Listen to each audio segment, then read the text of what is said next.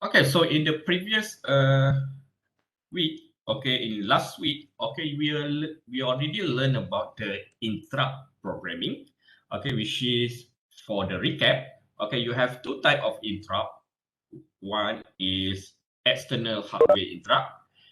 Okay, this external hardware interrupt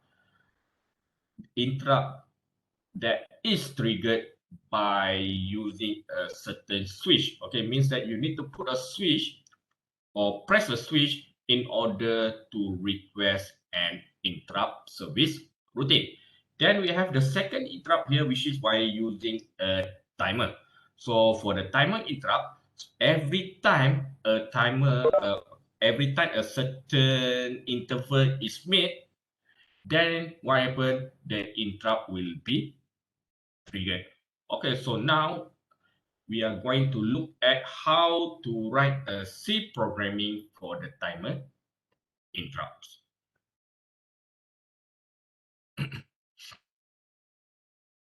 Okay, basically, okay, in Atmega 32, there are three timers. Okay, in Atmega 32, we have three timers, which is timer 0, timer 1, and timer 2. Okay, so this timer here, okay, you have a timer 0, and then timer 1, and timer 2. Okay, so this timer 0, timer 1, timer 2, for the timer 0, the size of the timer 0 is 8-bit size. Okay, timer 2 also 8-bit, while timer 1 is 16-bit size. Okay, so later in the next module, which is timer programming, okay, you will learn about what are the difference between 8-bit timer and 16-bit timer. Okay, and before that, okay, this timer here, okay, timer 0, timer 1, timer 2 can be divided into two types. Okay, there are two types to trigger a timer, or two methods, okay, to start a timer. One by using the overflow method, and the second one by using a compare mesh. Okay, so sometimes we call it as a CTC. Okay, this is a compare mesh. So each of these timer here, timer 1 also have an overflow method and compare mesh. Timer 2 also have the overflow method and compare mesh. Okay, the way the interrupt will be triggered based on this method that you're going to use. Either it's an overflow method or it is compare mesh method. Okay, so for the overflow and compare mesh, okay, I will tell you detail on this method here in the next module. Okay, you will learn about how the overflow will occur and how this compare mesh or a CTC method is uh, carried out. Okay, so in this slide here, we only focusing on how to generate an interrupt by using a timer. But the timer detail you will learn in the next module. Okay, so first, let's look at the programming timer interrupt by using a rollover timer flag, or sometimes we call it as an overflow method. So in this overflow method, okay, so if the timer interrupt in the interrupt register is enabled, so every time you're going to use a timer interrupt, so you need to enable the interrupt register first. Okay, as I mentioned earlier in the last week, okay, we have two places that you're going to enable interrupt. One, okay, in your status register, okay, which is you need to make sure that your I flag is set. Okay, you need to make sure that I flag equal to 1. Okay, and the second location here is your what we call it interrupt register. Okay, we have two types of interrupt register. One is GICR.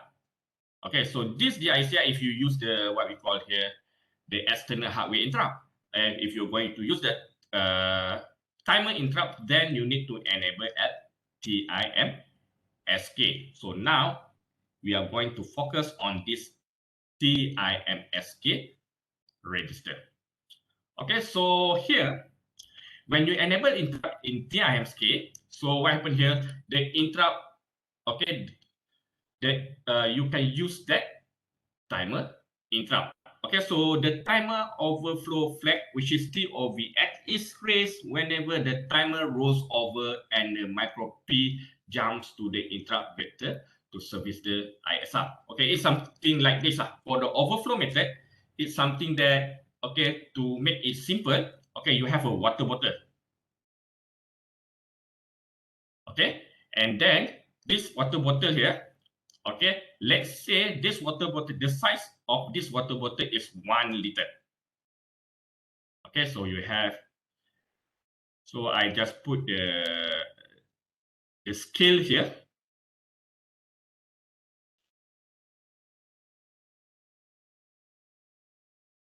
Okay, so this is 200 ml, 400 ml, and then you have 600 ml and 800 ml, and this one here is 1000 ml. Okay, so now, okay, you're going to generate a delay by using a overflow method.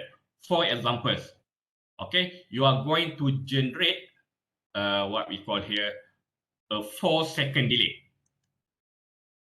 Okay, 4-second delay. You're going to generate a 4-second delay. So what happened here is, okay, by using overflow methods, okay, so the first, okay, we need to know, okay, you need to put a water inside of this water bottle. Okay, so this is a water bottle or your jar.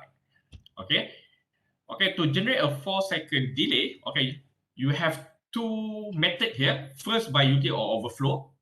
The second one by using what we call here, by using compare match. Okay, now we are going to look at how to generate a delay by using the overflow method.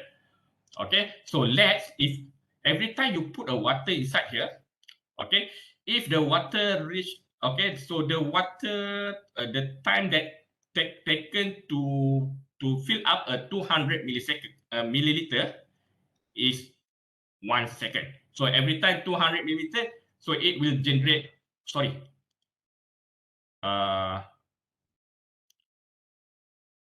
okay, sorry, 100 milliliter equal to 1 second. Okay, every time it's, you put a water and the level here is 100 milliliter, so it generate 1 second. So now you're going to generate a 4-second delay. Okay, so what happened here, since this water bottle is empty, but now you are going to use an overflow method. First thing first, okay, so what you're going to do is you need to put a water here. Okay, set a water at 600 milliliter. Okay, why 600 milliliter? Because this here, okay, this empty here at the top here, okay, is actually 400 milliliter. Okay, to generate a 4-second delay, you need at least you need to put a water 400 milliliter, because 100 milliliter equal to 1 second. Okay, for the 4-second timer, okay, you need to put a water inside this bottle here is equal to 400 millisecond before the water overflow. Okay, before the overflow occurs, which is the water is coming out from this bottle. Okay, from this bottle. Okay, so this is how the overflow concept works. Okay, which is first, what you need to do is you need to make sure what is the initial setting of your water level. Okay, and then after you set an initial setting of water level, so this is, okay, starting from here until the water is overflow, then that is the time to generate, that is the total time to generate a delay. So this is by using the overflow. But if you're using what we call here CTC method, okay, again, you have the same, what we call here, the same bottle, okay, and then you have a scale here. Okay, so 200, 400, 500, 600 and etc. until 1 liter. Okay, and then every time you put a water inside of this bottle here, 100 millisecond is equal to, 100 milliliter equal to 1 second. So for the CTC mode here, okay, the method here is you need to make sure that your bottle is empty. Okay, okay. So the initial value of your bottle is 0. Okay, there is no water inside of your bottle, and then you need to put a level. Okay, so put a level in order to create a 4-second delay. Since this one here, 100 milliliter equal to 1 second, so you need to put a level at 400. Okay, so this is where you're going to compare. Okay, compare with the water that you're going to fill in. Okay, so that's why we call it this one here as a compare mesh. If the water level equal to this threshold, okay, or the threshold that you have set up earlier, then you're already creating a delay of 4 seconds. Okay, so this is what happened. Okay, if you're using a what we call here overflow and compare mesh. Okay, in the CPU wise, okay, in the what we call here in the Atmega 32 wise, okay, so this overflow for the overflow method, every time the water is coming out from this bottle, okay, the overflow flag will set, okay, will become 1. When the overflow flag become 1, what happened? So the CPU know that, okay, now we already created a 4-second delay. Okay, similar to this one, okay, for the compare mesh, if the water level equal to the level that you set earlier, which is 400 millisecond, then the compare mesh flag, okay, will also become 1. Okay, when this flag becomes, so the CPU know that you already generate a 4-second delay and you're going to trigger an interrupt. So every time the flag equal to 1, so the CPU know that, okay, now we are going to execute the interrupt service routine. So this is how the timer interrupt works. Okay, so that is the meaning by this one. Okay, whenever the timers roll over and the micro P jumps to interrupt vector to service ISR. Why? Because the overflow flag equal to 1. Okay, if no overflow occurs, the overflow flag is remain 0. Okay, so to enable the interrupt for a given timer, okay, you need to set, okay, the bit that held by the TIMSK register. Okay, so which bit that you're going to enable? Okay, it depending on the timer that you're going to use and the method that you're going to use, either as overflow or compare mesh. Okay, so this is the table for the TIMSK register. Okay, as I mentioned earlier, okay, the one that ended with 0, so you know that this is belong to timer 0. Okay, and then this one here ended with 2, so this is a timer 2. And this one here, this is for timer 1. Okay, and then you see here, okay, this one here you have OC and T0. Okay, for T0, every time you see the T0, so you know that this is belong to overflow method. Okay, so in this case, TOIE0, so this one here is overflow, timer 0 overflow method. Okay, if you put 1 here, what happens is you're going to use a timer 0 overflow method. Okay, for the OC, so this is a compare mesh. Okay, so since this is OCI0, so you know that this is a timer 0 output compare mesh interrupt enable. So this is a compare mesh.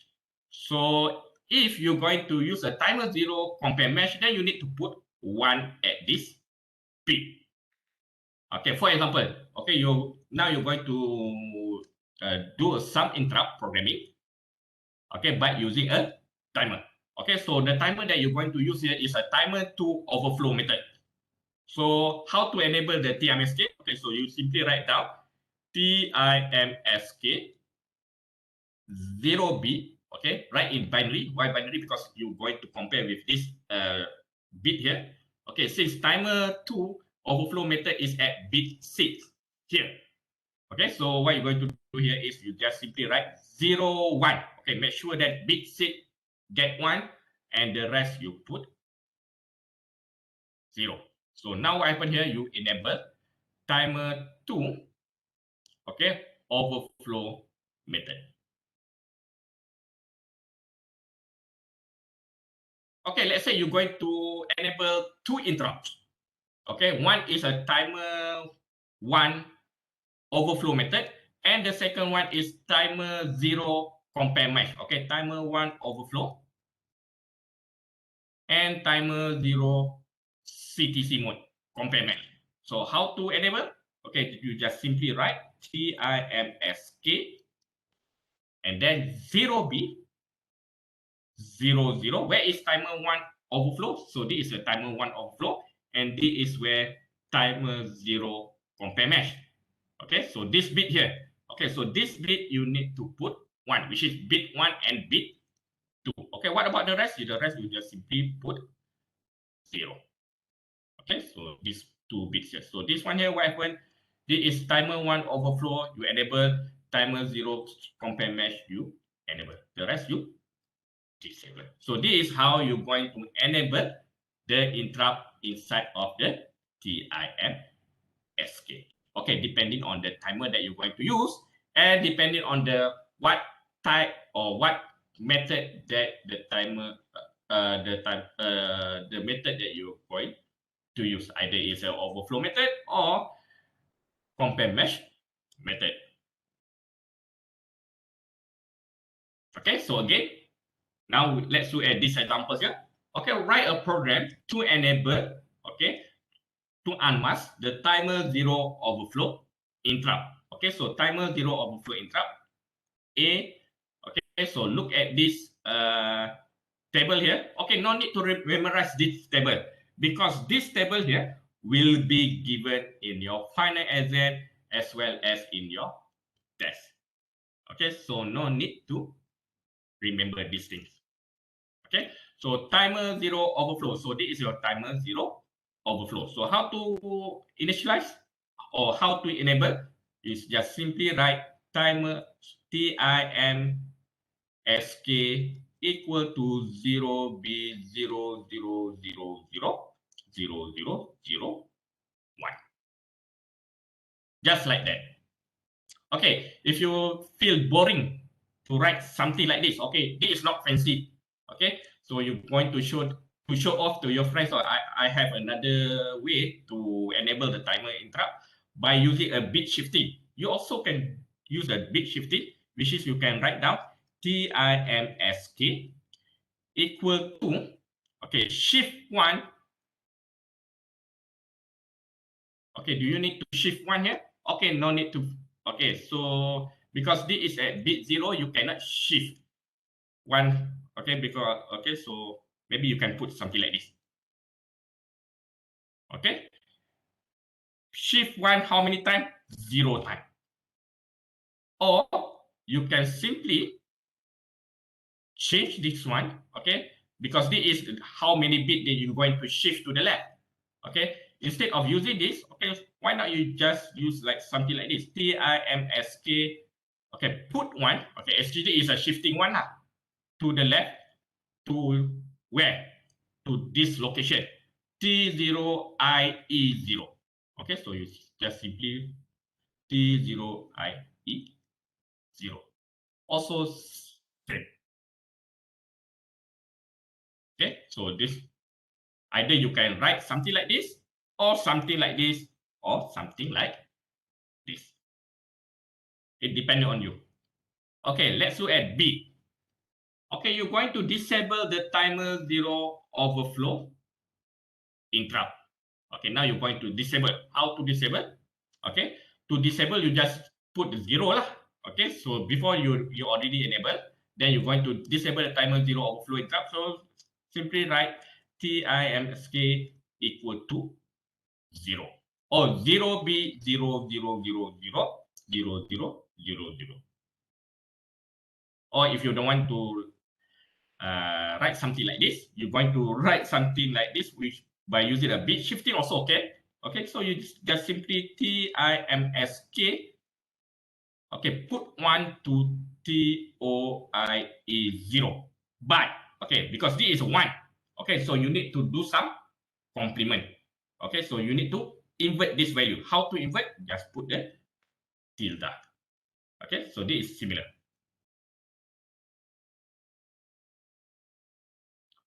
Okay, next.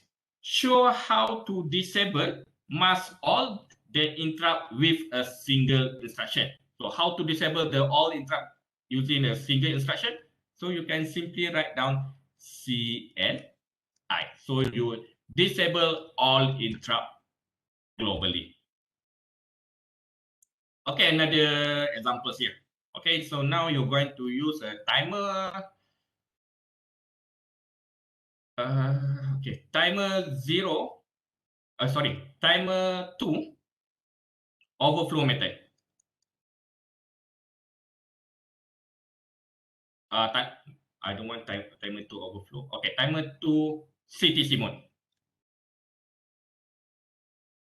How to do that? Okay, you can simply write type timsk equal to 0b 1000 because CTC is here for timer 2 and then 0000.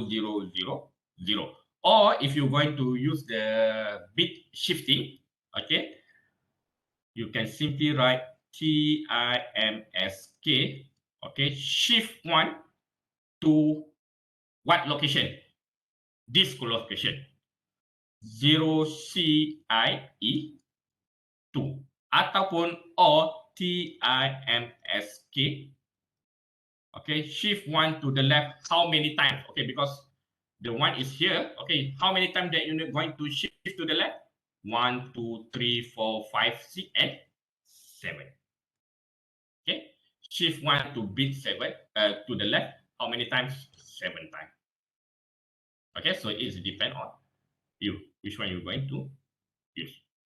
Okay, so this is how you're going to enable the interrupt inside of TIMSK, which is a timer interrupt mask register. Any question up until here? Ada soalan tak?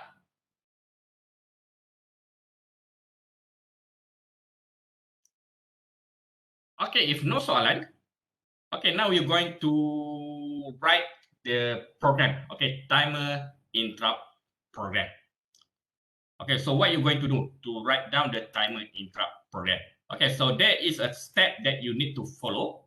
Okay, similar what we did in the hardware, external hardware interrupt programming. Okay, the first step here that you need to do is, first step, okay, include the interrupt header.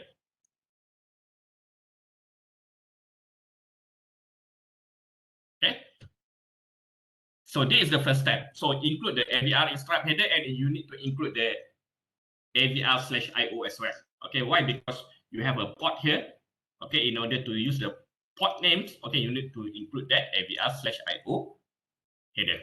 Okay, after you include this file here, this header or this file here, what are you going to do? Okay, the second, okay, then you start with your main program. Okay, inside of your main program, you can initialize your input output port, and the second step here is enable your interrupt. Okay, so enable interrupt.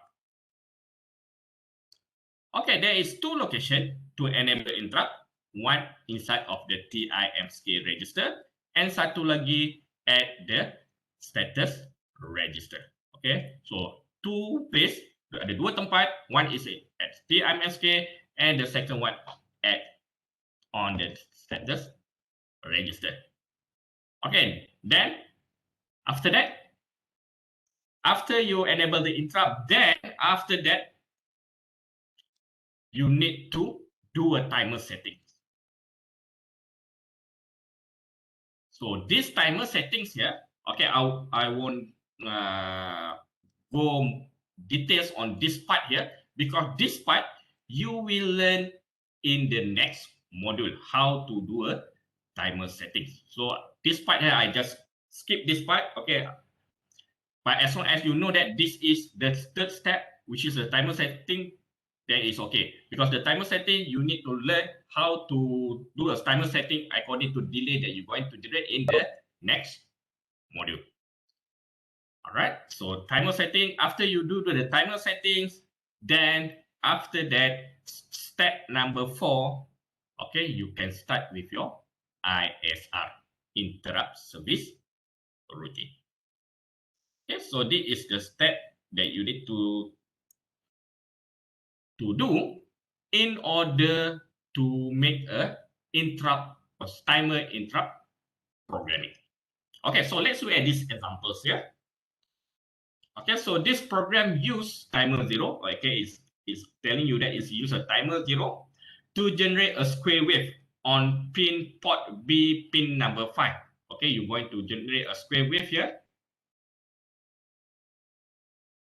on port B, pin number 5.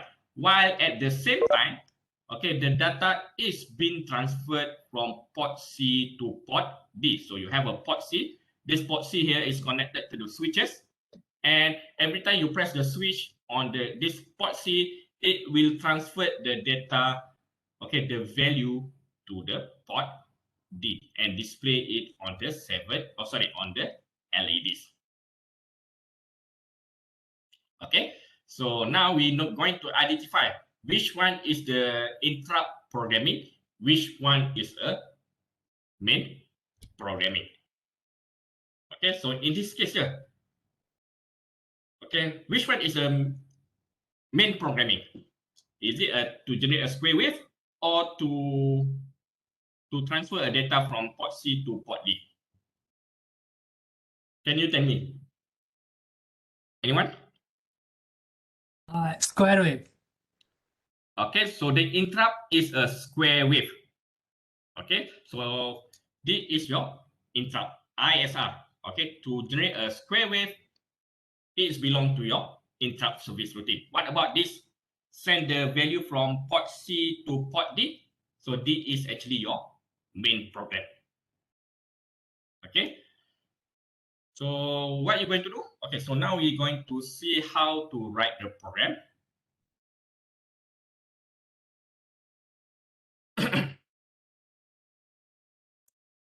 Wait.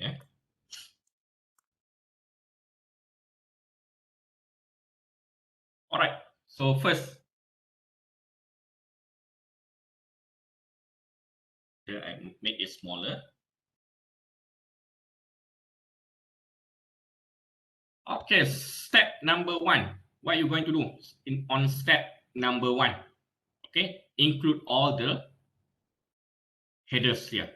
Okay, so hashtag include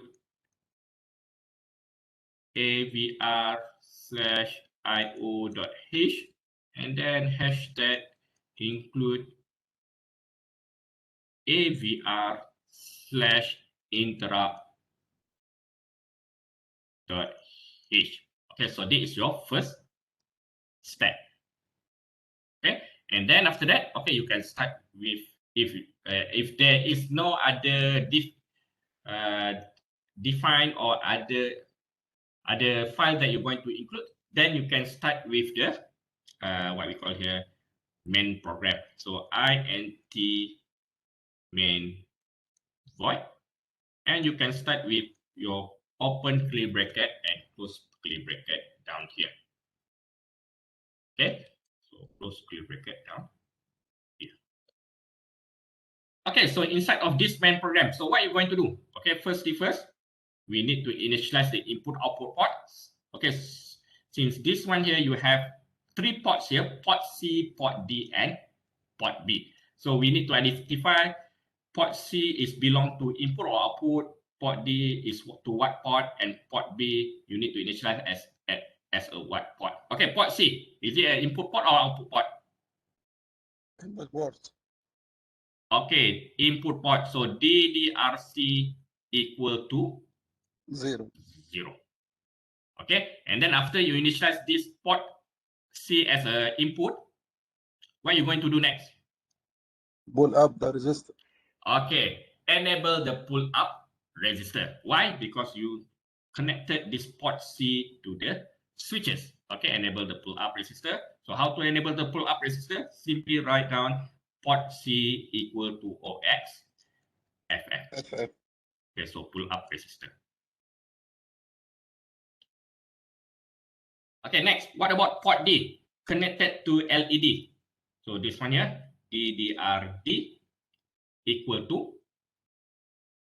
0x FF. Okay, so LED. So this one is connected to LED, so it becomes output port.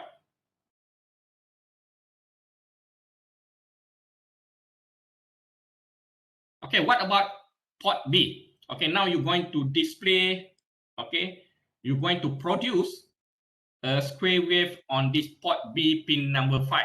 So what you're going to do to port B? Is it input or output?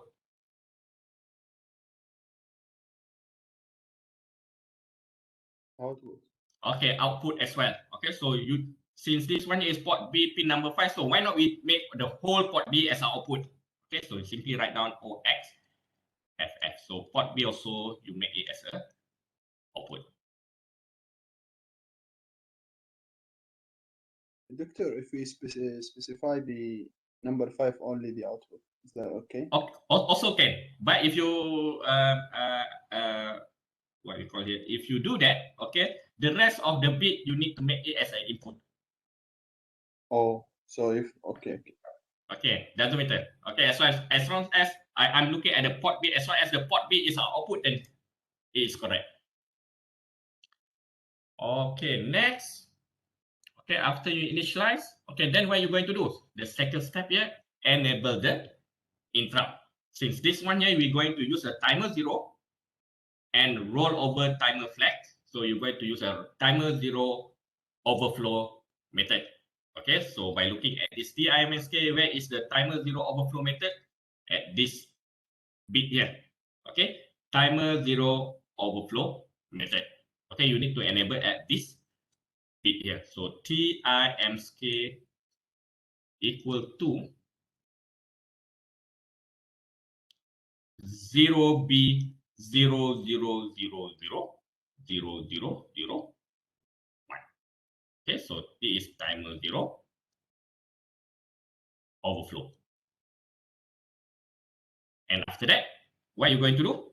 Okay, next we are going to enable the status register, the I flag inside of the status register. Okay, how to do that? By writing this code here, SEI, bracket and semicolon.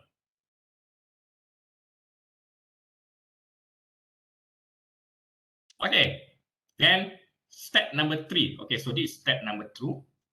Okay, so I just erase this one here.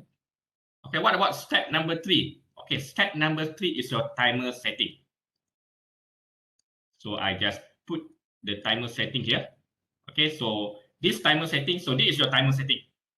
Okay, to generate a 4 microsecond based on the calculation. Okay, so how to put this number here, or how to get this number and this setting here, you will learn in the next module. Okay, for now, I just put that timer setting. So what inside of this timer setting is, it is this code here. Okay, after you do the timer settings, okay, next what you're going to do, okay, then we, okay, needs to make this main program lah, okay, which is read a value from port C and set it to port D. So this one here, you can start with your while loop, okay, because this will be done continuously. Okay, so how to do that? Okay, whatever you read from from this port C will be sent to port D. So you can simply write port D equal to pin C. Okay, why pin C, not port C? Because this is input. Okay, for input, we need to use a register, pin C, pin register. Okay, if output, because port D is output, then you need to use a port register. Okay, to hold the value. Okay, and then you close the while loop and close your main program. So this is your main program. Okay, any question, Khaled? Yes, I didn't understand the port P and pin C. Okay, you didn't understand why we use the pin C and on. No, this is port D. Wait. Okay, port D. Okay, why we choose this one as a pin C and this one is port D, correct? Yes. Okay, so now you see here, D on the port C. Okay, so port C. Okay, there are 3 registers that associated with a port C. Okay, first one is DDR-C register, which is you use the DDR-C register in order to determine either this port you're going to make it as an input port or output port. So this is the main register that you need to initialize. Okay, if you make your port C here as an output port, then the register that you need to use here is a port C register. Okay, this is the register name. Okay, every time you make it as an output, so any value that you're going to send out to that port, it will be stored inside of this register. Okay, if you make your port C as an input, okay, so every time you read a data, okay, from your switches or from this input here, will be stored in the pin C register. Okay, so in this case here, okay, since this is a switches, so these switches, every time you put a value from these switches here, it will be stored inside of this pin C. So that's why we put it as a pin C here. And since this one here, you're going to send out the data to LED.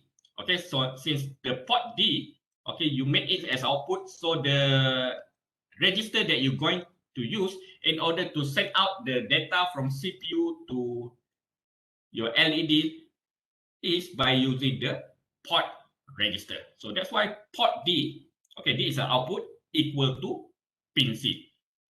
Okay, so wherever you put inside, okay, wherever you press your switch, it will be displayed on this LED. Okay. Okay, doctor, thank you. Okay, okay, next. After that, okay, then after we finish the main program, then we continue with 4. Okay, step number 4. What is step number 4? Okay, step number 4 is you need to make your interrupt service routine. Okay, so this is your ISR. Okay, so next, what you going to do inside of your ISR? First thing first, make sure that this name is correct. Your ISR name is correct. Okay, so now since we are going to use a timer 0 overflow method, so what is the name that you need to put inside of this ISR here? Okay, you can refer to this table. Okay, the vector table. Okay, where is the vector table? Okay, so this is your vector table name. Okay, so now we are going to use a timer 0. So timer 0 overflow. So this is the name. Timer 0 underscore OVF underscore vect. Okay, no need to remember this vector name because this table also will be given to you. Okay, so timer 0 underscore OVF underscore vect. Where is this? Okay, here. Okay, so make sure that the name is correct. Timer 0 underscore OVF underscore flag. Okay. So make sure the uppercase and lowercase is correct lah, according to the label in that table. Okay, then after that, after you put the name here, your ISR name, then you can start with your programs.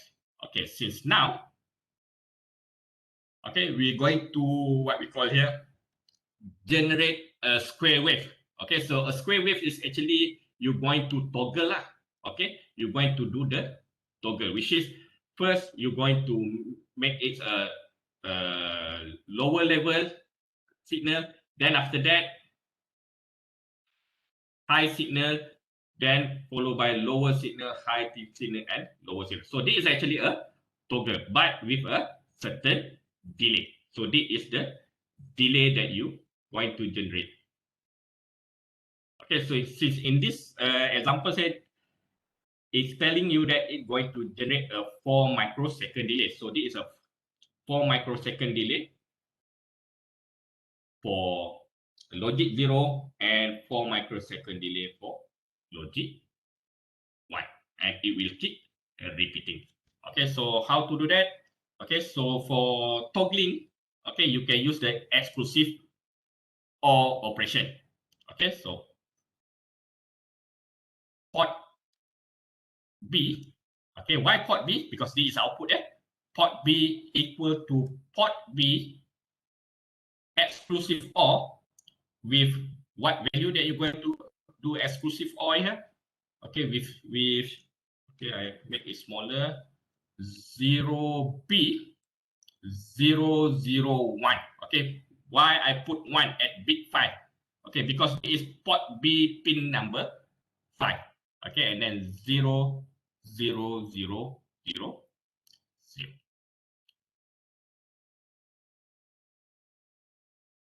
Okay, and then since this is an overflow method, then to restart the delay calculation, okay, to restart the timer, you need to set the timer again here.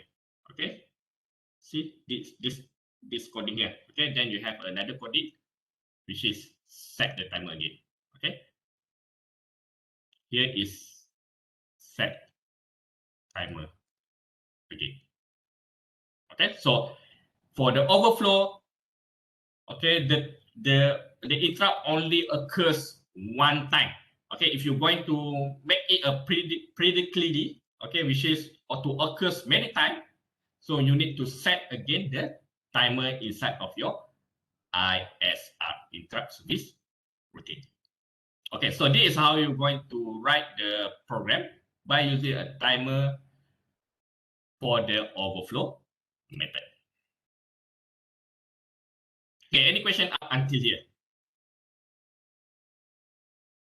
Because next we are going to go to another method here for the timer programming by using a compare mesh. Any question up until here? Ada soalan tak from you? Okay, if no soalan, okay, if no question, okay, then we go to here. Okay, programming timer interrupt by using a compare mesh timer flag. Okay, so this compare mesh is used when you're going to make a task that will be done periodically. Okay, so it happens frequently. Okay, periodically. Okay, so in this compare mesh, the program can be written using a CTC mode or a compare mesh mode and compare mesh OSCF flags. Okay, as I mentioned earlier. Okay, so this is the timer here. Okay, so this is a compare flag. Okay, every time the compare the water level equal to the threshold level that you set earlier, then the compare flag will be set or will be raised. Okay, so the compare flag, we call it as an OCF flag. While for the overflow flag, this one it belong to T, okay, named as a TOV flags. Okay, we have a TOV1 for timer 1, TOV0 for timer 0, TOV2 for timer 2. Similar to this one here, you have OCF0 for timer 0, OCF2 for timer 2, etc. Okay, later we will see more detail on that things. Okay, on that flags. All right, so to do so, okay, you need to load the OCR register with the proper value. Okay, so this is the water level that you need to set, okay, with the proper value and initialize the number to the CTC mode. Okay, when the content of the TCNT, okay, later we will see what is OCR2, what is this, what the heck is this TCNT. Okay, later we will see on this part on the next module. Okay, when the content of the TCNT, which is whenever you put the water inside of the water bottle and the water level is equal to the OCR, which is the threshold that you set earlier, the OCF flag is set. Okay, and then it will cause the compare interrupt to trigger or to occurs. Okay, so this is the CTC mode. You see here, it will be done periodically. Okay, so how to do the program? Okay, so this is the same example as above, as the one we did in the overflow methods, which is using a timer 0, write a program that toggle port B every 40 microseconds. Okay, and while at the same time transfer the data from port C to port D, assume that the external is 1 megahertz. Okay, the difference is the what we call here, the delay that you're going to generate. The rest is same. Okay, so this is how you're going to write in the assembly language, and this is how to write in the C programming. Okay, so I just go back to here. Okay, so this is the, because it is the same example, but only use the what we call here, the different settings. Okay, so let's look at where you're going to do some modification. Okay, step number one. Step number one, you follow this one, same. Okay, and then you start with your main program. Initialize your input output ports, also same. Okay, here at this part, okay, at this part, you need to modify.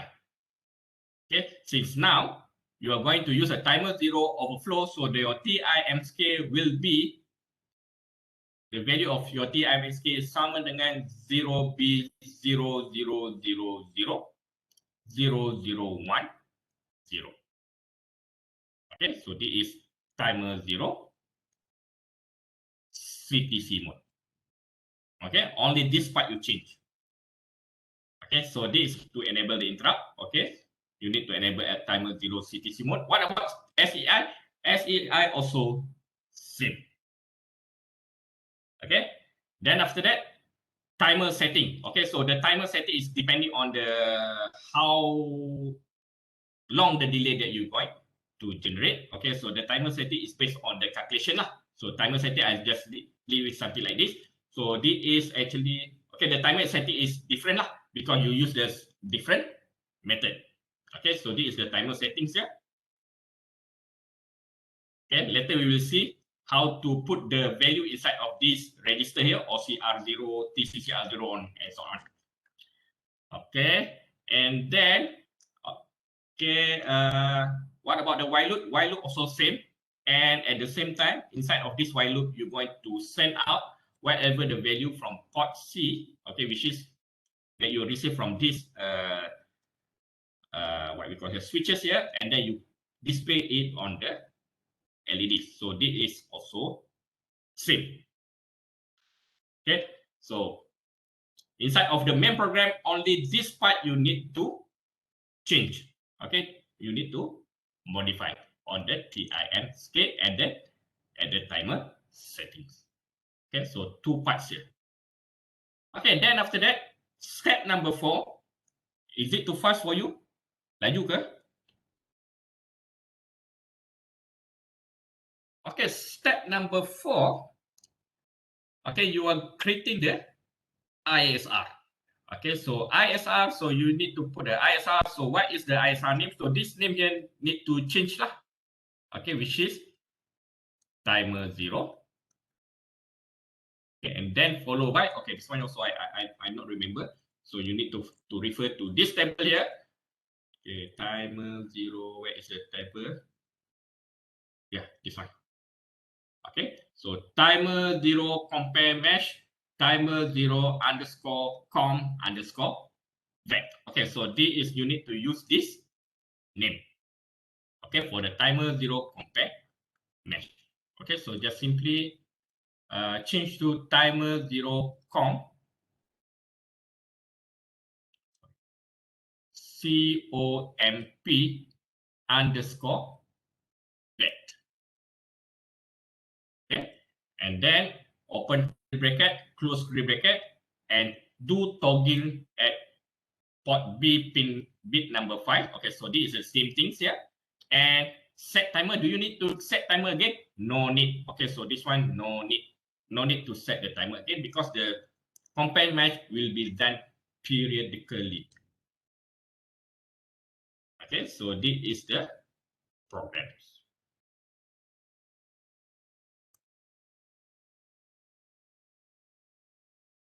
Okay, so this is your step number 1. This is step number 2. And this is the timer settings, step number 3. And this is the step number 4. Okay, the one that you're going to change is here. Okay, so this is by using a bit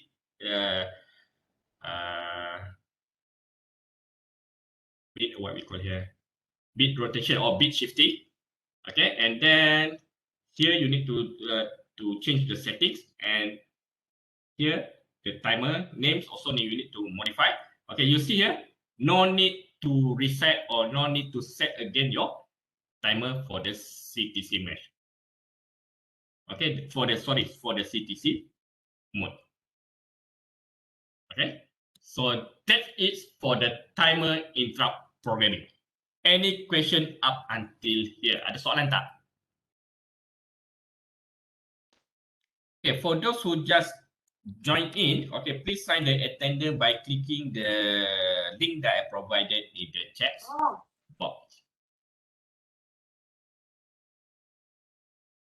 Any question, guys? If no question, then we go to the next slide. Okay, which is interrupt priority and interrupt inside interrupt. Tak ada soalan ya? Okay, so now we go to this slides here. Okay, now you're going to see the interrupt priority. What is the interrupt priority, and can the interrupt is triggered if another interrupt is serviced? Okay, so that's why we call it as an interrupt inside interrupt. Okay, so the first question here, interrupt priority. Okay, what will happen when two interrupts are activated at the same time? Okay, for example, you have two switches. Okay, one switch is connected to INT0 and the second switch connect to INT1. Okay, and you press this switch here at the same time. So what will happen? Which interrupt that will respond first? Okay, because you have two switches. Okay, and then both switch you press on the same time. So what happened? Okay, so the answer here is the CPU will looking at the interrupt priority. Okay, so if the two interrupts are activated at the same time, the interrupt with the higher priority will be served first. Okay, so according to this one here, which one you think will be served? Is it INT0 or INT1? How you know that this one has higher priority than this one, or this one has higher priority than this one? I think INT0. Okay, INT0. Why? How you know that INT0 has the higher priority compared to INT1? Because it is the first bit in GCR register. Okay, so this one here, okay, for the priority level, for the interrupt priority level, you can refer to vector table. Okay, every time you're going to see the priority, okay, you can refer to interrupt vector table. So let's look at the interrupt vector table. Where is our interrupt vector table? Okay, that one is we interrupt vector names. Okay, this one. Okay, so this is the interrupt vector table. Okay, as I mentioned earlier, okay, the interrupt that have a lower value or a lower location value here has the highest priority compared to this one. Okay, since now you have INT0 and INT1, so this is your INT0. Okay, INT0 is located at address 002, while INT1 is located at 004. So that's why INT0 will be triggered. Okay, because INT0 has the higher priority compared to INT1. Okay, so this is how this is the interrupt priority. So you need to look at this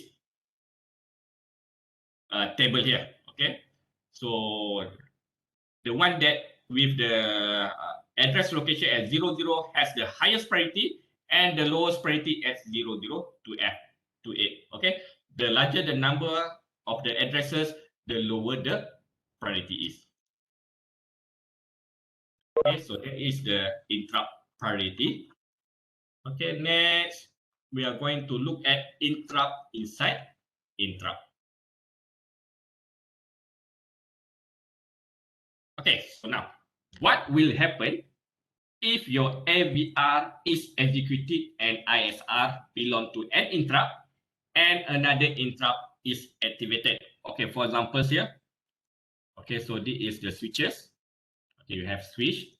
So this is INT0 and this is INT1. Okay, first you, sorry,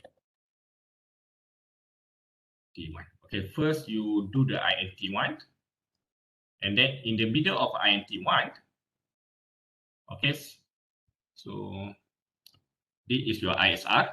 Okay, so the micro P will, so this is the interrupt service. Okay, so you have two switch. One is for the INT1 and this one is INT0. Okay, so now what happened here is, okay, first you press the INT1, okay, then the INT1 will be triggered and CPU will do the INT1, the ISR for INT1. But in the middle of ISR INT1, you press another switch, which is INT0. Okay, so according to the vector table, the INT0 has the higher priority compared to INT1. So what happened to INT1? Is it the CPU stop the INT1 and do the INT0, or the CPU ignore the INT0 request? What will happen?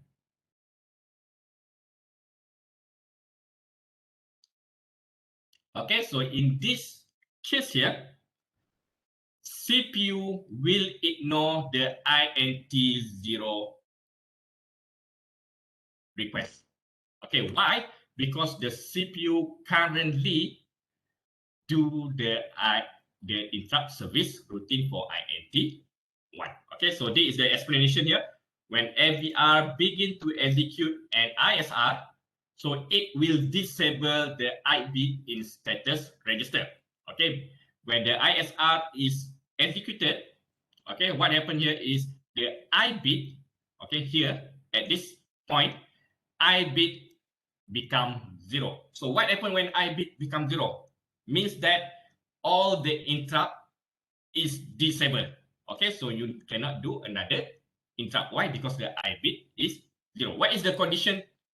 What is the main condition in order to make the interrupt occurs? Okay, the condition here to make the interrupt occur is, okay, first you need to make sure that you enable the interrupt at your status register as well as inside of your interrupt register. Okay, even though inside of the interrupt register, the what we call here, okay, even though in this part here, okay, in your GICR, okay, the INT0, okay, since this is you're going to input the INT0, the INT0 is enabled, but okay, the I here is disabled, so you cannot request the interrupt. So the CPU will ignore this request. Okay, so causing the interrupt to be disabled, thus no other interrupt occurs while serving the interrupt. Okay, next. Doctor, I have a question, please. Yeah. If we have two interrupts, one is internal interrupt and the other is external interrupts, what will do the first? Okay. What's the priority? Okay, priority. If the both interrupt is triggered at the same time, then you need to look at the priority. One is external and the other is internal. Yes, you need to look at the priority table, at the vector table. Which one has the higher priority? Okay. Okay, so basically, the highest priority is your reset button, followed by the three external interrupt. Okay, so the external hardware interrupt has highest priority compared to the internal interrupt. Okay, by referring to the vector table. Okay, so we continue back. Okay, now since this one here is disabled, so no interrupt can happen when the CPU is executing an ISR, interrupt service routine. Okay, when the interrupt service routine is finished, what happened here? So the CPU will automatically enable your I flag by putting one to your status register. And then what happened here? Because if you trigger any interrupt here, then the interrupt request will be executed. Okay, because the I flag already equal to 1. So this is interrupt inside interrupt. So interrupt inside interrupt cannot happen. Okay, you cannot run two interrupt at one time. So this is only valid for the ATmega 32 lah chips, because other what we call here, other microcontroller can do two interrupt at the same time, but based on the priority. Okay. So we already finished on the interrupt module. So any question up until here? Ada soalan tak from your side?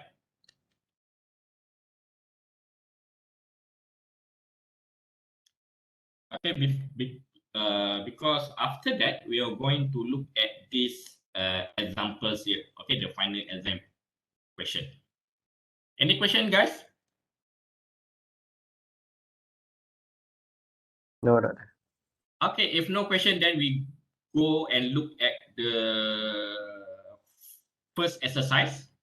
Okay, so this one here taken from final exam. Okay, the previous final exam.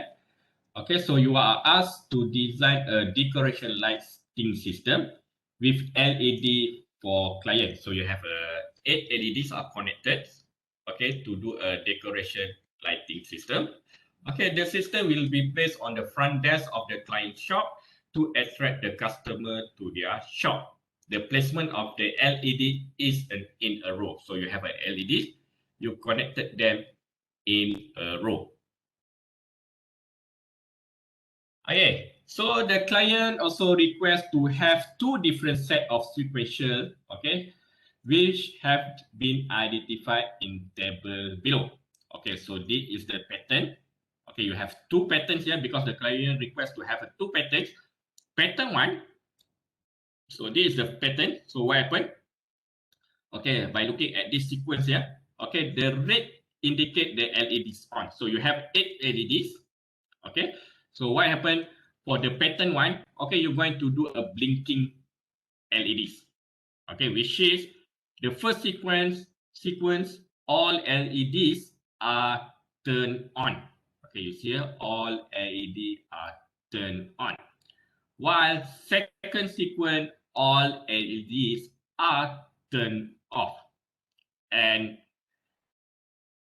there is a delay. Okay, you see here, the delay between the blinking is 100 milliseconds. So means that every 100 milliseconds, okay, the LED will turn on, and then another 100 millisecond LED will turn off. Okay, so this for the pattern 1. Okay, for the pattern 2, okay, so this is the LED sequence here. Means that, okay, first, for the first sequence, LED 0 and 1 is turned on, while rest of the LED is turned off. So this is you're going to do some running lights sequence. Okay, so this LED turn on, rest turn off. Second sequence, this bit 2, 3, LED 2 and 3 is turned on while the rest is turned off. Then third sequence 4 and 5 LED, okay, LED 4 and 5 is turned on, the rest is turned off, and last but not least, LED 7 and 6 is turned on and the rest is turned off. Again, the delay between the LED blinking is 100 milliseconds. So this LED will turn on as about 100 milliseconds. Okay, and then the system uses a microcontroller AVR Atmega32 with add LED is output connected to port C. So now you draw your your circuits. Okay, so you have a port C, and this port C here is connected to LEDs. Okay, and this you have 8 lah. Okay, all port C, you have 8 LEDs are connected to port C. And then 2 external interrupt, which is INT0 and INT1, will be used to choose the blinking pattern. Okay, so this blinking pattern will be chosen, okay, by using the interrupt 0 and interrupt 1. Okay, and then it says that triggering the INT0 will generate one pass of pattern 1. Okay, so INT0, whenever you press the INT0, it will generate pattern 1. Okay, one pass. Okay, means that it only every time you press the switch, this pattern will generate one time only. Okay, and then INT1 will generate one pass of pattern 2. Okay, so this is the information. So you have INT1 and INT0.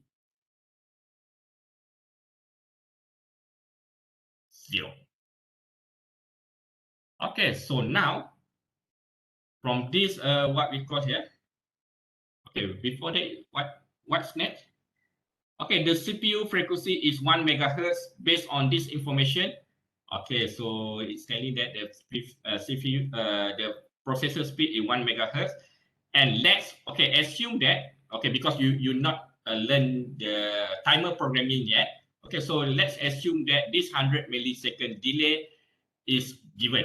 Okay, there is a function to generate a 100 millisecond delay. Okay, we call it as a delay 100. Okay, so the delay function here is given to generate this 100 millisecond delay.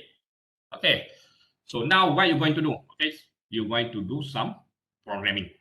Okay, so before you do a programming, what you need to do, you need to identify lah. Okay, port C connected to the LED.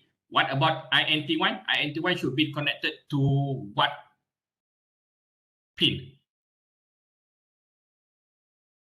Okay, at what location here?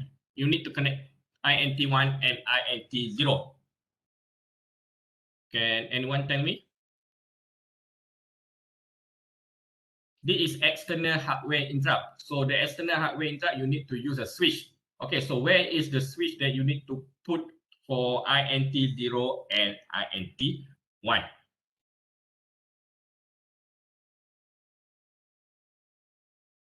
Siapa nak tolong ni? Come on guys. INT0 need to connect to what location on your Atmega32? On what pins at your Atmega32?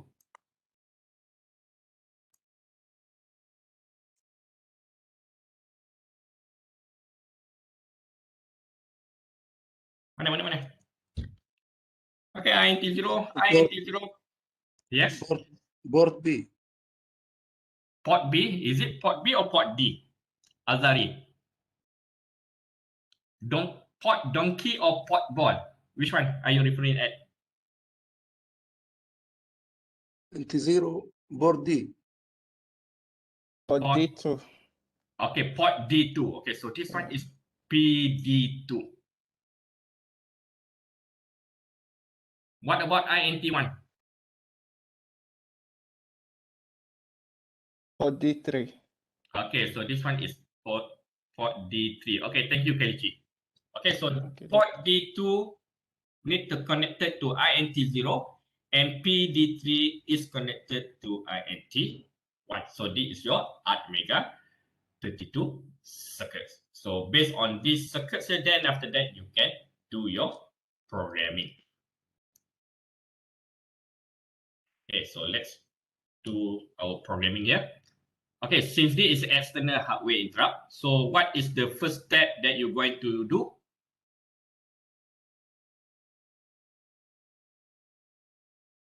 Okay, include the header file.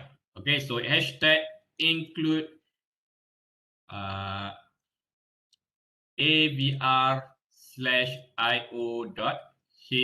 and hashtag include avr slash what slash interrupt dot h. Okay, so this is your first step. Include this file here.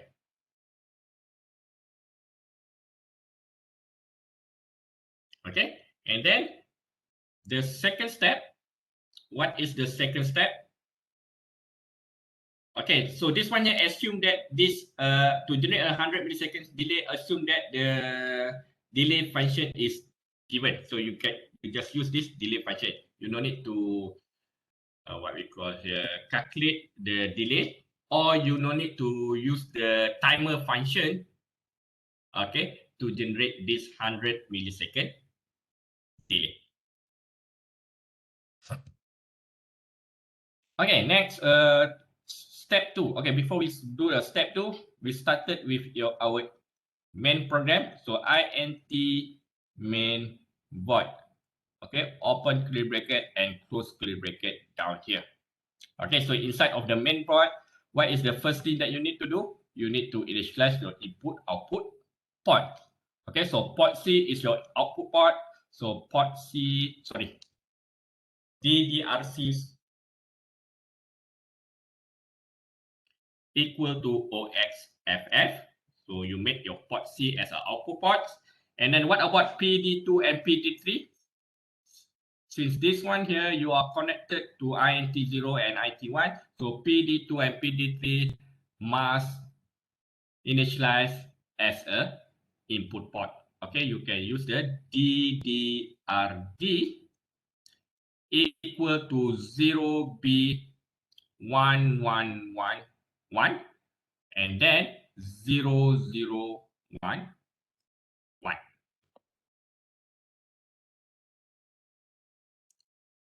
Okay, so PD2 and PD3. So this is, sorry.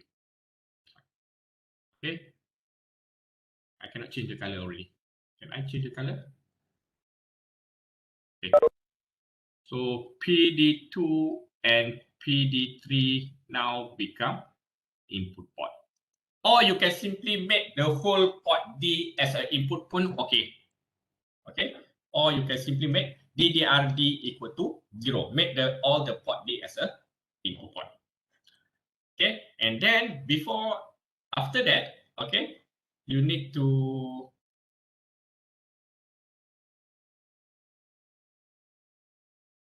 okay, so you need to enable the interrupts. You need to enable the pull up resistor at PD2 and PD3. So how to do that? Port D equal to 0B00001110. Okay, at these two locations, you need to enable the pull up resistor. Okay, then after that, what are you going to do? Then our step number 2. What is step number 2? Enable the interrupt. Okay, there is two locations that you need to enable the interrupt. One at GICR and the other one at your status register. Okay, so what is the location of my GICR? What is the value of my GICR?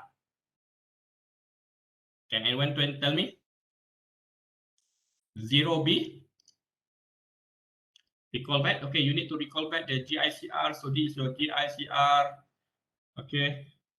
Only 3 bit that you need to know. Okay, bit 7, 6, and 5. Okay, so this is INT1, this is INT0, and this is INT2. So since you're going to use INT1 and INT0, so 1, 1 at here, while the rest you put 0. So this will be 0P11000000. So INT0 and INT1 enable. Okay, then you have an SEI. Okay, before that, okay, before you do the SEI, actually you need to do something else. Okay, before you do this SEI, you need to do another things here. Okay, which is you need to set your MCU CR. Why you need to set MCU CR? Because it already stated that you need to, all this pattern will be generate one pass. Okay, every time you press the switch, it will trigger the interrupt one time. Okay, sekali je. Okay, so that's why we need to do a setting on our MCU CR. Okay, so in this case here, we're going to use the rising edge. Okay, means that when you release the switch, then the interrupt will be triggered. Or you can choose falling edge. Every time you press the switch, the interrupt will be triggered. Okay, it is depend on you. Okay, because it is not stated, is it a rising edge or falling edge? You can use either falling edge or rising edge. So in this case, I use the rising edge trigger. So the number that I need to put here is 0B00001111.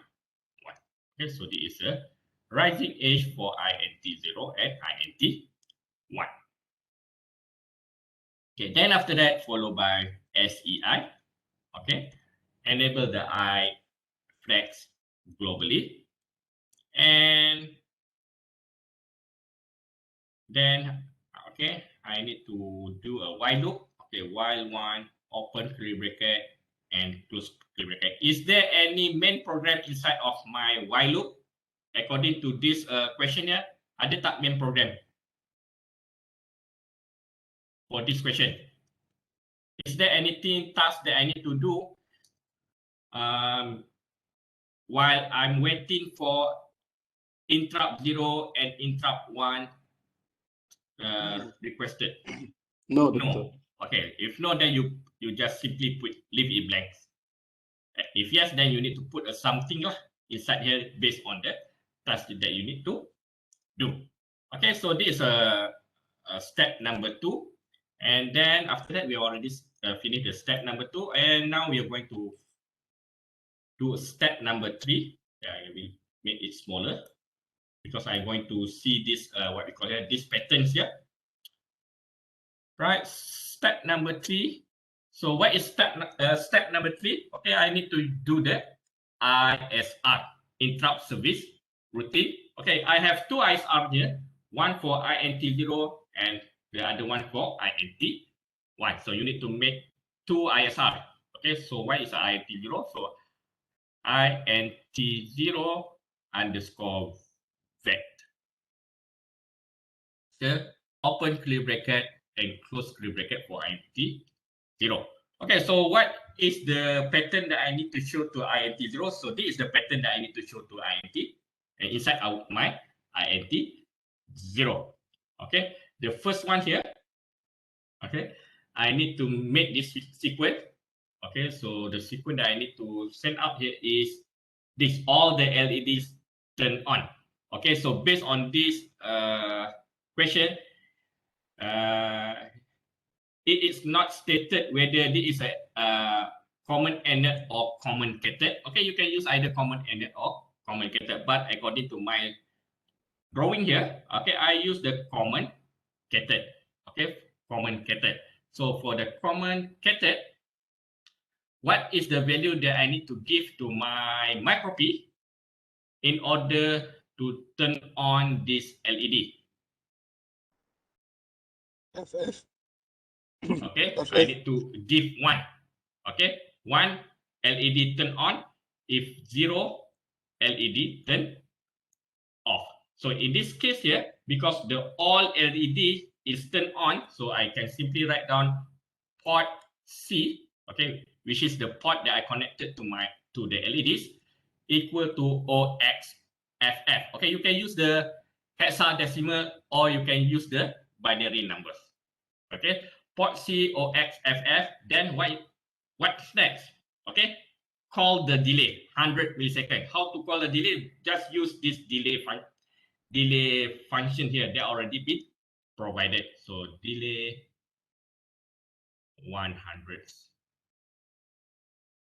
Okay, then what is the next sequence? All LED turn off. So port C equal to 0 and call another 100 millisecond delay. So this is for ISR, INT 0. Okay, next I need to do the ISR for INT 1. Okay, so make sure that the name of the ISR is correct lah, according to the vector table names.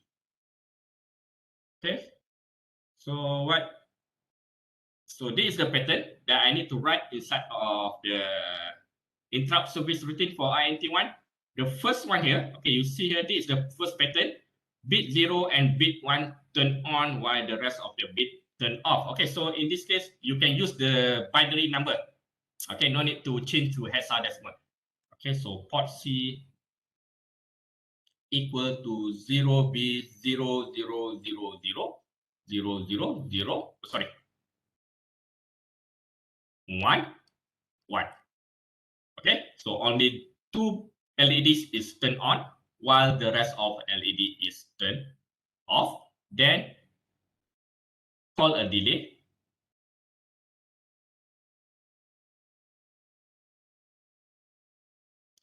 Okay, let's say lah. Okay, let's say if this delay subroutine is not provided, so what you going to do? Let's this delay. Okay, let's say for the ISR. Okay, I don't want to use the delay subroutine here. I'm going to use the delay function. Okay, so in order to use a delay function, I need to add another header here, which is include avr/delay.h. Okay, you already learned in the previous module. And one more time, once more is you need to define your CPU speed. Okay, the CPU speed is 1 megahertz. So define f_CPU 1 million.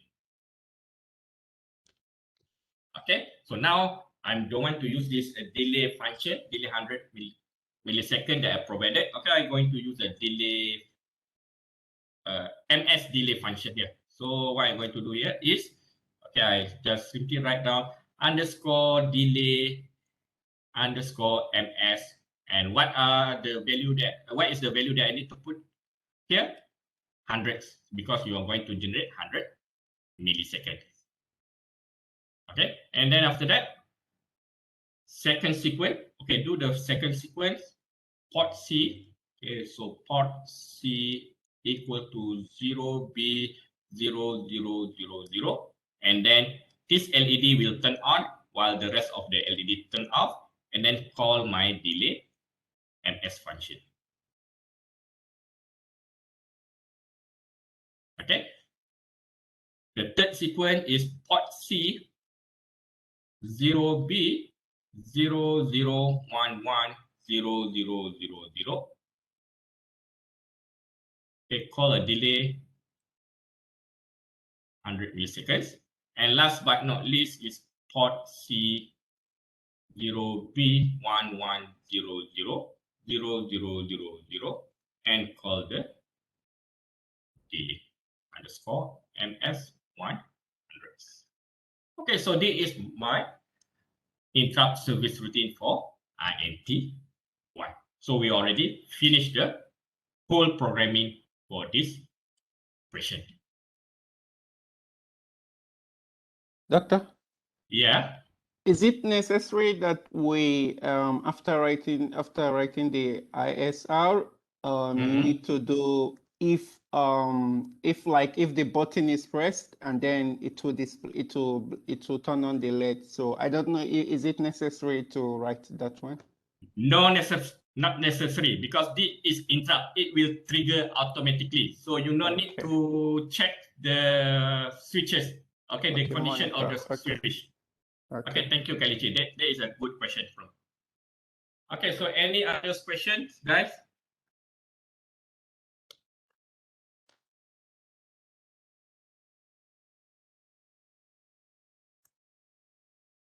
Okay, if no question, then we go to another examples. Okay, I will give you around 15 minutes, okay, to try and answer this question here. After that, we discuss the answers. Okay, can you do that? Okay, now it's 12:30 and we will discuss the answer on 12:45. Okay, you can try first. Okay, given that, assume that the INT0 and INT1 pins are connected to two switches S2 and S1. So you have two switches S2 and S1 that are connected to INT0 and INT1 respectively. So this is INT0 and S1 is INT1. Write a program in which whenever the S1 goes low, okay, when the S1 pin goes low or triggered, so what happened here is port C content will be incremented by 1. Okay, and then when S2 goes low, okay, when you press S2, so what happened here? The content of port C decreased by 1. So port C is equal to port C minus 1. Okay, so you have two switches here. Okay, one is to increase the value of the port C, and the second switch is to decrease the value of the port C. Okay, when the value of the port C is same or higher than 64, okay, if port C equal or higher 64, so what happened here? Yes and no. Okay, if yes, PDI goes high. Okay, so you turn on your PDI. Otherwise, it is low. Otherwise, PDI low. Okay, so you have two things here. Okay, sorry. You have a few what do you call here? A few information here. Okay, which is you have two interrupts that are connected to INT1 and INT2. So this is a PD2 and this is PD3. And then you have a port C, okay, which is this port C here is used to increment and decrement the value according to your INT and T0 switches. And you have another one here is PD1, which is this PD1 is used to indicate whether the port C value is greater than 64 or not. If yes, then it is high. If not, and that it is low. So now we're going to identify which one become the input port and which one become output port. So in this case here, PD2 and PD3 is your input port, while PD1 and port C is your output port. Okay, so this is the things that you need to do. Okay, you can do one by one, or you can simply put all the things together inside of one programming. Okay, so let's look at the programming. Okay, so first thing first, what you're going to do. So since this is an interrupt programming, the first thing that you need to do is you need to include the necessary header files lah. So include avr/io.h and then include avr/interrupt.h. Okay, so this is your already answers number 1.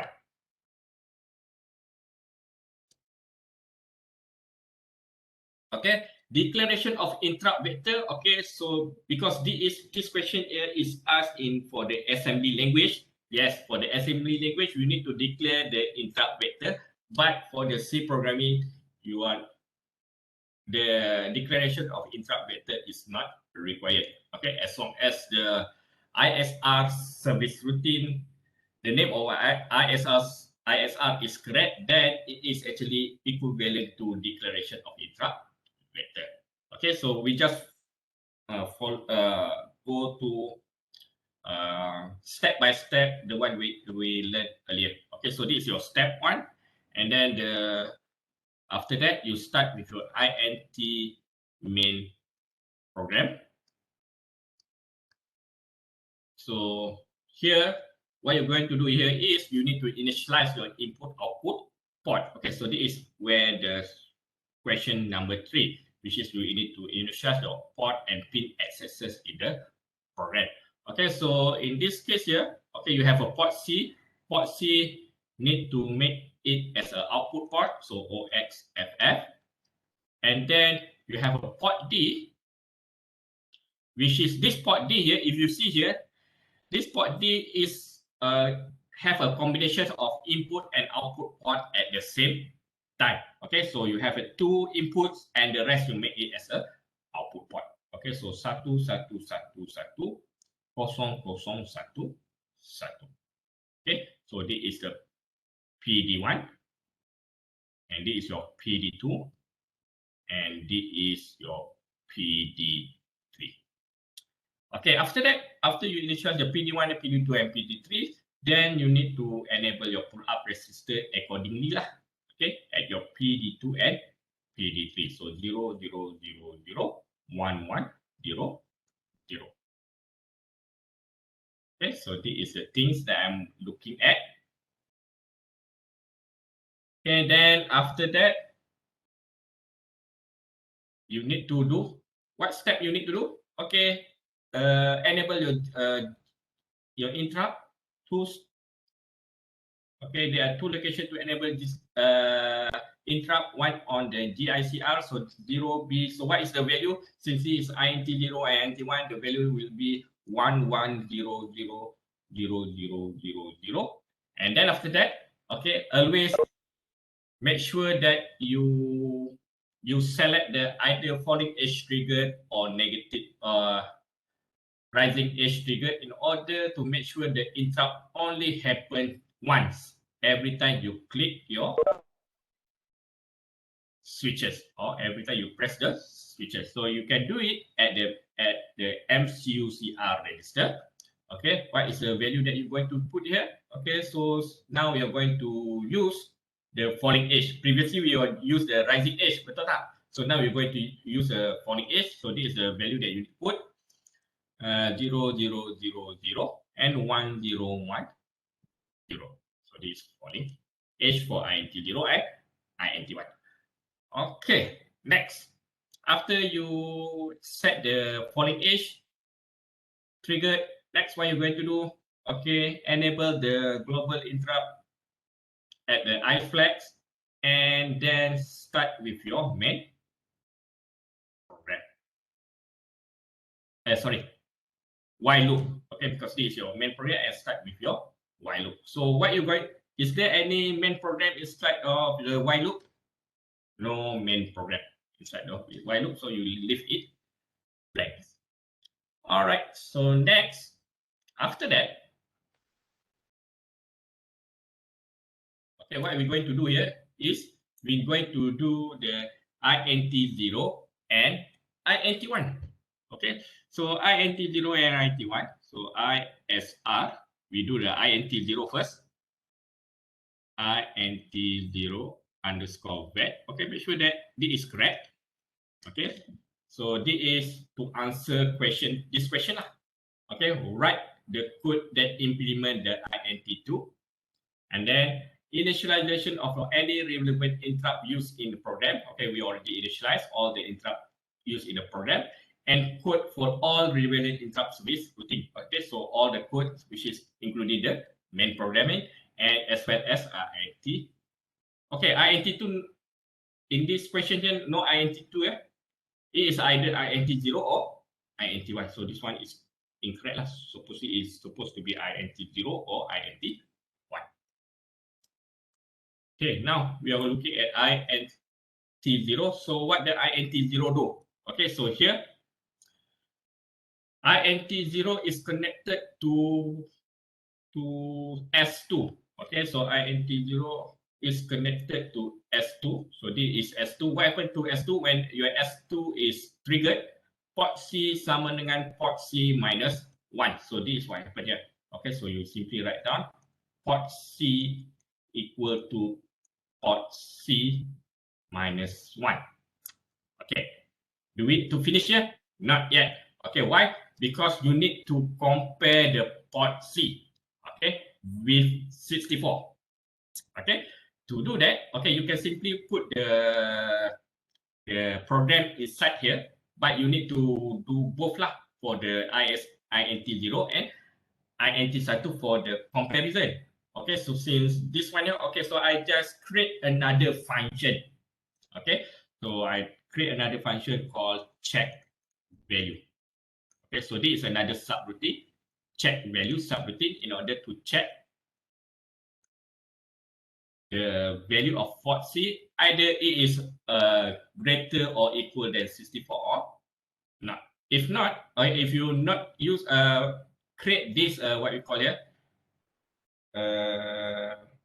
this function of this subroutine, what you need to do here is you need to write the whole coding for the checking the port C with 64 both at INT0 and INT1, which is this is quite wasting some time.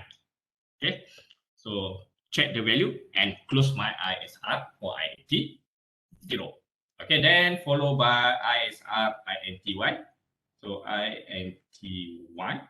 Okay, so underscore back. So what happened when the INT1 is triggered? So when the INT1 is triggered, which is S1 is pressed, port C is incremented by 1. Okay, again, port C sama dengan port C plus 1. Okay, then after that, after the port C is increased, I need to check with the 64. Okay, so I just call the check value subroutine. Okay, and my ISR for INT1. Okay, then after that, I do my check value subroutine. So I create my subroutine void check value void. Okay, and then open curly bracket and close curly bracket down here. Okay, so what am I going to do here? Okay, so I need to compare with 64. Okay, in order to do a compare, because this is you have a yes and no, then you need to have a condition lah. Okay, to have a condition, then you need to use the if else statement. Okay, because you have either true or false, so you need to use the if else statement. So I use the if port C, okay, is greater or equals 64. So what happens when port C greater or equal 64? You see here, PD1 will go high. Okay, so the output of PD1 akan jadi 1. So how to do that? Okay, so you just simply port D sama dengan port D or with 0B 0000 001 0. So this is your PD1. Okay, why I write something like this? Because earlier, okay, you see this one here, this line here. Earlier, we already have a port D value, okay, because I don't want this value here will changes. Okay, I'm going to make sure that this value, okay, is maintained, remains. Only this value is changed, then I need to, okay, or this value with the port D. Okay, so that's why I'm putting something like this. Okay, because I don't want the pull-up resistor to be enabled. Okay. And then after that, okay, after I PDI equal to high, so else, so I finish this one here. So else if the port C is smaller than 64, so what happen here? Port D sama dengan port D. Okay, so this one I use the N lah. Okay, need to do the N. And with this value 0P11111110. Okay, so why I do this something like this, because I only want the bit one change, but others bits remains. Okay, so this is my void check value. So this is the condition programming. Okay, to check whether it's greater than 64 or lower than 64. Okay, and before that, if you run some this okay, before that you need to put this, okay, you need to initialize this what we call here, this function or this subroutine in your main program. Okay, before the main program, so I just put here. Okay, so check value. Okay, why? Because if not, then the CPU will never. Okay, and that if I'm not what we call here, I'm not define initialize it here. What happened is, okay, the CPU will, okay, when I run this program, then the errors will occur because the CPU not recognize this check value. Okay, this check value subroutine. So I need to initialize here and right after the header file. Or okay, if you don't want to use okay, if you don't want to make a check value punya subroutine, okay, you can put this program inside of here. Okay, inside of your ISR INT0 and inside of ISR INT1. So you need to put this program both inside INT0 and INT1. Okay, so that's the solution for this question. Any question for this part? Ada soalan lain tak?